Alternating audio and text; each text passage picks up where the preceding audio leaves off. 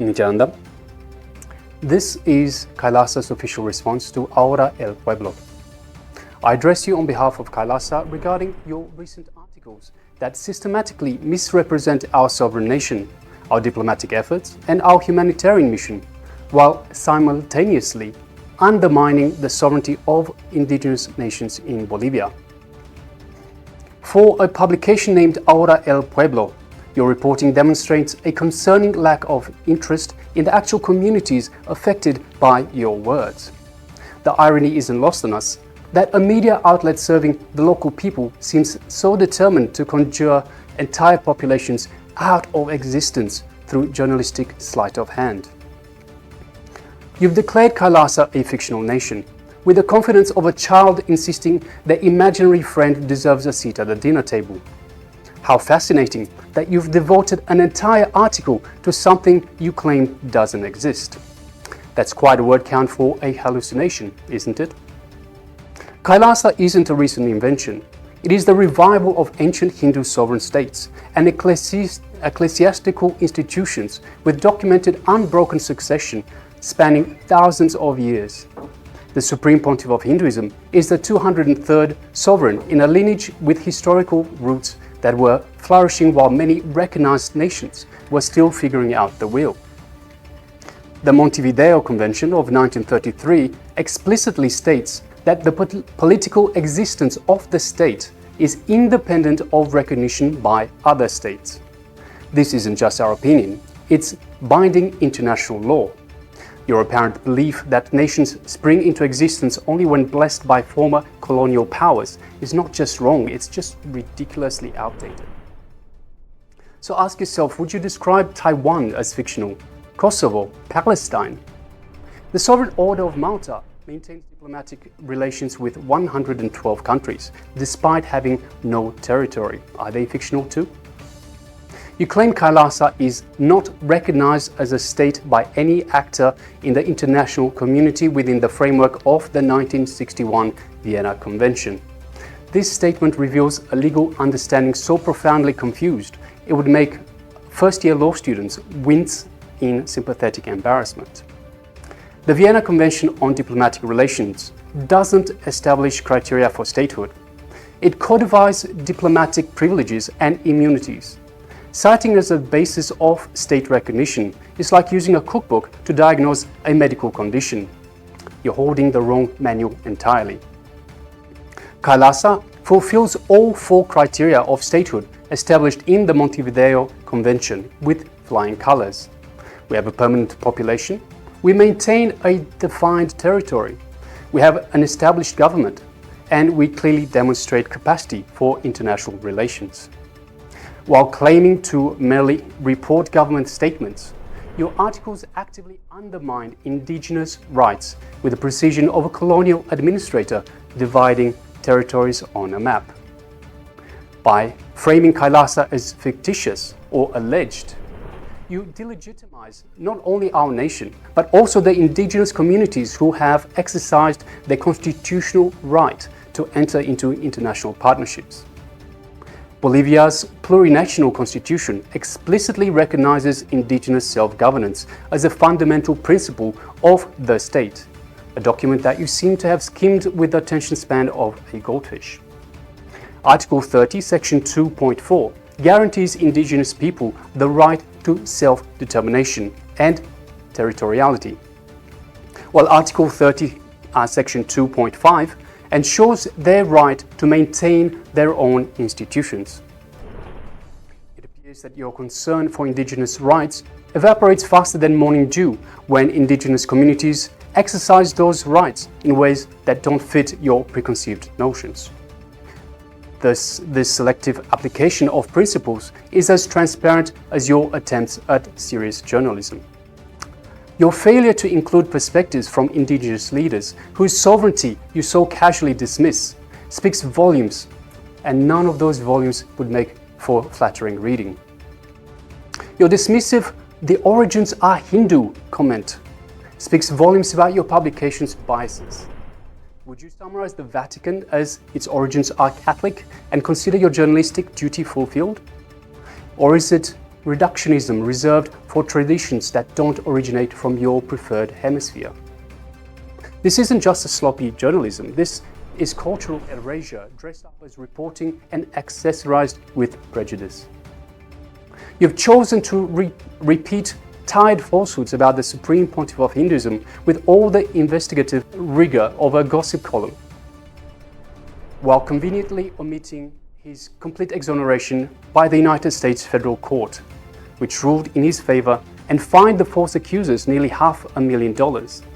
See United States District Court of Southern District of Ohio, case number 2, 13-CV-00526. Despite nearly 15 years of malicious prosecution in India, the Supreme Pontiff of Hinduism has never been convicted of any crime. A fact you might have discovered had you engaged in that quaint journalistic practice known as research. 11 medical experts have confirmed his physical condition makes him incapable of committing the alleged crimes. Multiple international human rights experts, including former UN Justice Council jurist Jeffrey Robertson, KC, have confirmed that the prosecution has devolved into persecution. Your silence on these established legal facts speaks louder than your accusations ever could. It's practically shouting through a megaphone. You've characterized legitimate diplomatic agreements between sovereign entities as suspicious, with all the nuances of a medieval witch hunt. All our agreements with indigenous nations include the explicit provisions, payment effectuated after ratification by competent authorities, thus ensuring full compliance with Bolivian law number 465 and ILO Convention 169. The implication that indigenous leaders lack the capacity to enter into international agreements isn't just an insult to KAILASA, it's a patronizing dismissal worthy of a 19th century colonial administrator. These agreements focus on preserving indigenous cultural heritage, not exactly villainous, protecting biodiversity in ancestral territories, scandalous, supporting sustainable development initiatives, how dare we, and documenting and preserving endangered knowledge systems. The horror. The time frame reflects the long-term commitment needed for effective environmental stewardship, not some nefarious global conspiracy. Long-term conservation agreements are standard practice globally, recognized by international environmental law, and only suspicious to those whose historical understanding stopped at yesterday. Your claim that KAILASA managed to sneak into United Nations sessions deserves a Pulitzer Prize for fiction. What's next? We use an invisibility cloak and magic password. KAILASA participated openly and transparently in these international forums according to established protocols. Hardly the behavior of international interlopers. Your shock that Hindu representatives might participate in international forums reveals more about your biases than Spider-Man's secret identity reveals about Peter Parker. Your reporting completely ignores the historical context of Hindu genocide and ethnocide, one of history's most overlooked atrocities, with the historical sensitivity of someone who believes history began when they were born. There were once 50 indigenous Hindu nations spanning 6 million square kilometers across Asia, with 10,000 indigenous traditions across 1,700 Hindu provinces and 200 Hindu kingdoms. However, centuries of violence has led to hundreds of millions of Hindus being massacred, apparently not newsworthy to you. Millions have been enslaved, orchestrated famines killing over 160 million people, and destruction of thousands of temples, over 1 million educational institutions, and 80 million texts.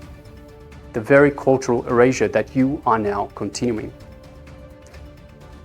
Today, only a small fraction of these indigenous Hindu traditions endure, with all Hindu sovereign lands having been unlawfully annexed, leading to forced mass exodus of indigenous Hindus.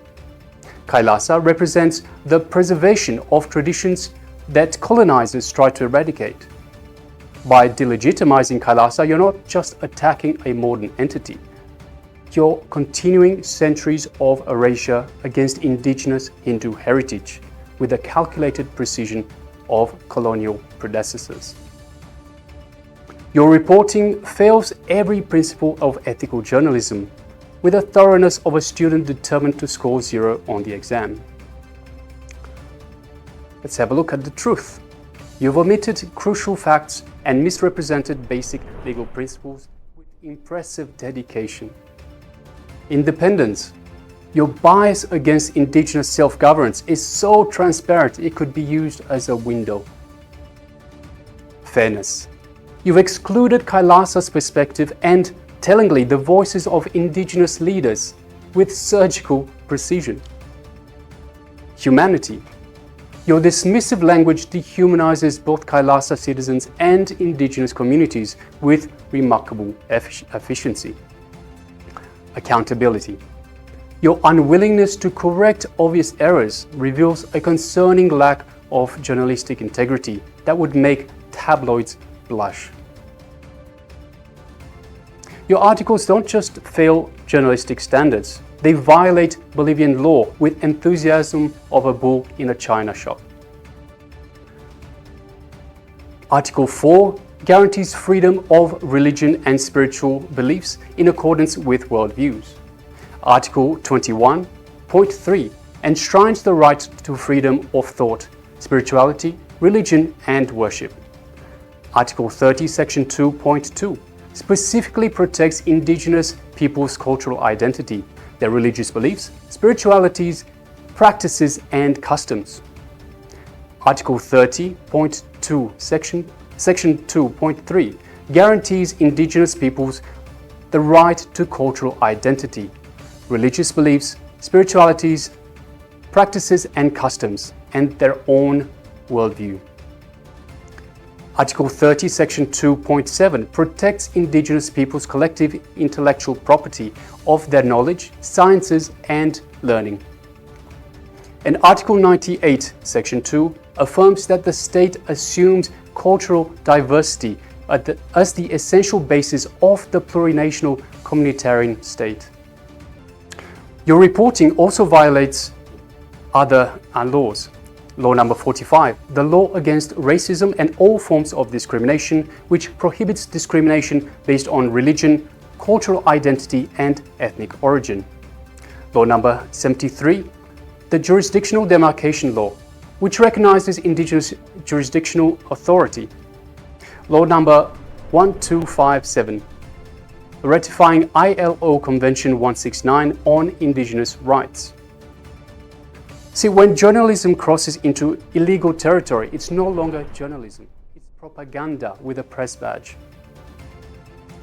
So let us be crystal clear.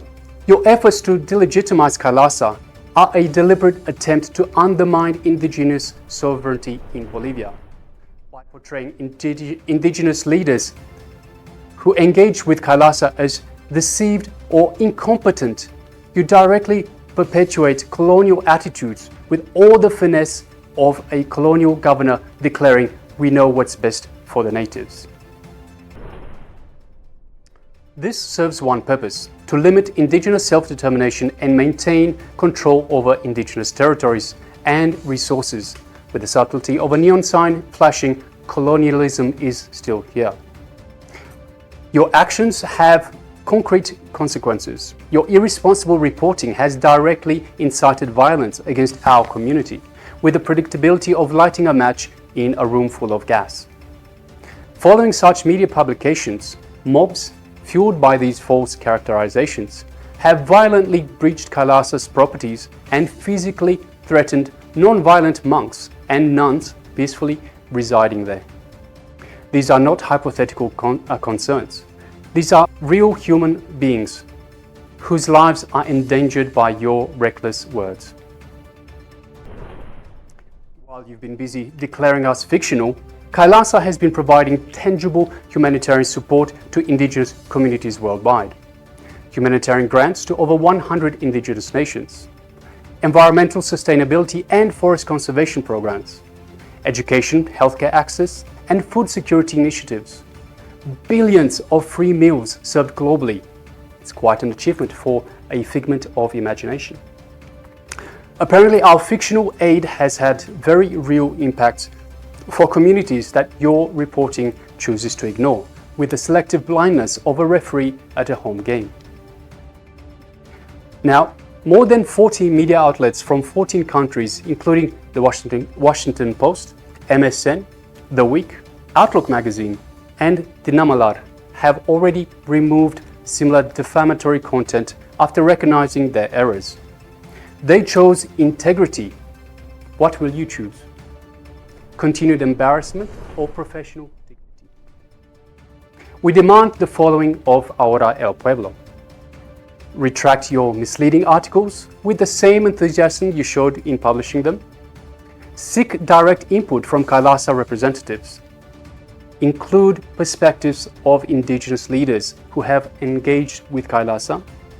Acknowledge the legal basis for Indigenous nations' rights to conduct international relations, and publish this response in full. For a publication serving local communities, we suggest you consider which communities you actually serve. If it is truly all communities, including Indigenous Hindu communities, you'll correct your errors and commit to higher standards faster than you can say journalistic integrity. KAILASA will continue to exist and serve humanity whether you acknowledge us or not. Our treaties remain valid. Our humanitarian work continues and our ancient traditions endure. Your opinion on our existence alters reality about as much as declaring gravity optional. The world is watching. History has a long memory, and truth doesn't need your endorsement any more than the sun is permission to shine. So what will you choose?